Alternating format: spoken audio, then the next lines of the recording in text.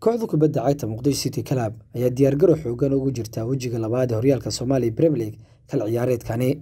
Mogadishu City Club waa kooxda sanadkan hoggaan ku haysa horyaalka Soomaaliya Premier League iyadoo laba dhibcood ugu hayso naadiga Racing oo ku jirta kaalinta labaad. MCC ayaa 22 dhibcood shaqaysatay wajiga koowaad ee Soomaaliya Premier League iyadoo ay ku jirto sanadkan bandhiga ugu wanaagsanaa horyaalka. Tababarka MCC ay sameynayso waxaa ka muuqda diyaar garow xoogan. waxaa jooga dhammaan ciyaartoyda iyagoo u heelan sanadkan inay ku guuleystaan horyaalka Soomaaliya Premier League. tababarka maanta waxaa bixinaya macallimiinta Mustafa Faransa oo ah macalinka koowaad iyo Caadil Nuur Cali oo ah macalinka labaad ee kooxda MCC. dhammaan ciyaartoyda soo xaadirtay tababarka wajidooda waxaa laga dheehan karaa farxad iyo reereen maadaama ay hogaaminayaan horyaalka Soomaaliya Premier League. MCC ayaa laba kulan kaliya lumisay horyaalka Soomaaliya Premier League wajiga koowaad. kulan waa laga adkaaday oo Jey ayaa ka adkaatay kulanna barbadhac ay gashay, laakiin wajiga labaad ay rabtaa in ay xoogga iskugu geyso sidii ugu guuleysan lahayd horyaalka Soomaaliya Premier League. Mogadishu City Club waxaa dib ugu soo laabtay ciyaaryahankii hore kooxaha LLBB Jenyo dekadaha Faisal Xasan Xaashi kaasoo safar dibadda ugu maqnaa horyaalka wajiga koowaad. kulamadii ugu dambeeyay ayuu ka maqnaa.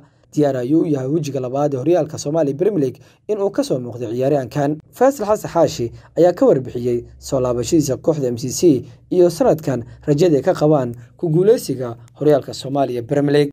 horta alxamdulillah wadankayga dib ugu soo laabtay aadaan ugu faraxsanahay. sidoo kale waxaa dib ugu soo laabtay kooxdeedii oo ciyaarayay ka maqnaay haafkii hore. haddana alxamdulillah maantana waa kana training-ka la almiteena. wallahi horta kooxda koox weyn waaye, mar walbana wax laga filayo waxay tahay in isbedel weyn la imaado sanad walba. sanadkan sidii muuqatay anoo ka maqanay isbedel weyn kale la imaaday. kooxdan astaamaha lagu garto markay weyn tahay waa noocaas camal waaye. sidoo kale ciyaaryahan muhiim ah la soo wareegnay ciyaartoy kale. والله الحمد لله أنا سوى له شيء كل هذا وفرحسنا. ciyaartoyda soo xaadirtay tababarka waxaa kaliya ka maqnaa ciyaarahan Cabdicaziz Maxamed Catoosh kaasoo sii xadhabaangalka kooxda MCC ay sameysay sanad ciyaareedkani. macallin Mustafa Faransa ayaa ka hadlay diyaar garowga ay ugu jiraan horyaalka iyo sanadka rajada ay ka qabaan horyaalka Soomaaliya Premier League. والله waxaa tartanka u sameynayna waxay tahay horyaalkana waa ogtahay after Ramadan la furaa bacd ciid insha Allah Abdullaahidmo waana isku diyaarinaa. hadda liigana waxa waaye koox badan oo naga dhaxeeya in aan kana qayb ka noqono kooxaas u tartamayo horyaalka inaan qayb ka noqono. waxaan tababarka adag u sameynayna saas waa ku faraxsanahay. horta Faisal ay soo noqday ciyaartoy fiican aan soo qaatay sida Cabdicaziz Atoosh. alxamdulillah waxaan ku weynahay insha Allah inay wax badan kooxda u qaban doonaan wax badan ay kooxda ka caawin doonaan insha Allah Abdullaah.